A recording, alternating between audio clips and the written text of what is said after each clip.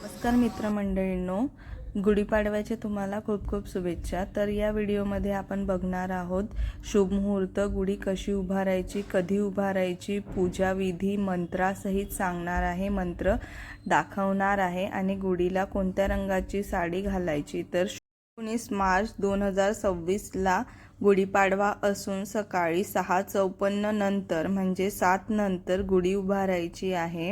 ते 8:30 पर्यंत शुभ मुहूर्त आहे आणि नवीन वस्तू जसे नवीन घर, नवीन सुरुवात, सोने खरेदी करायची असेल तर दुपारी 2:30 ते 3:30चा समय खूप चांगला आहे। तर बघूया गुढीपाडव्याच्या पूजेला लागणारे साहित्य। हळदी कुंकू, अक्षता, विड्याचे पान, फळे, नैवेद्य, दिवे, अगरबत्ती, कापूर, फुले आणि विशेष म्हणजे कडुलिंब आणि गूळला विशेष महत्त्व आहे।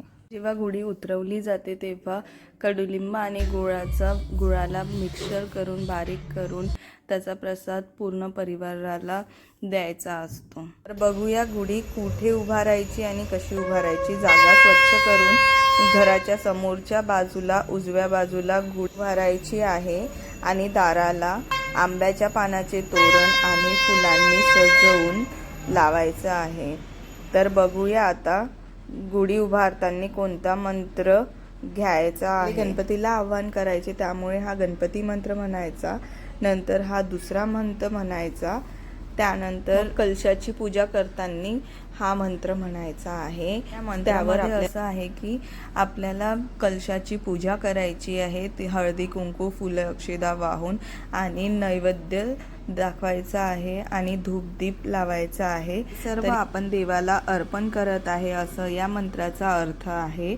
आणि त्यानंतर गुढीपाडव्यासोबत आपण पुस्तके, वह्या यांची पण पूजा करू शकतो। तर त्यामध्ये आपण सरस्वतीचा हा मंत्र म्हणणार आहोत। पण कोणत्याही शुभ कार्यात निळा आणि काळा कलर यूज करत नाही, त्यामुळे गुढीला निळी आणि काळी साडी सोडून आपण कोणतीही साडी नेसवू शकता।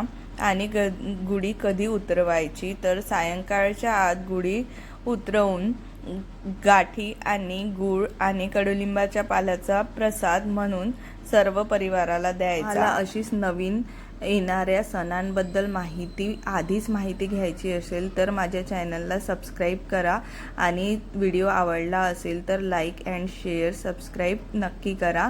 ओम श्री शिवाय नमस्तुभ्यं।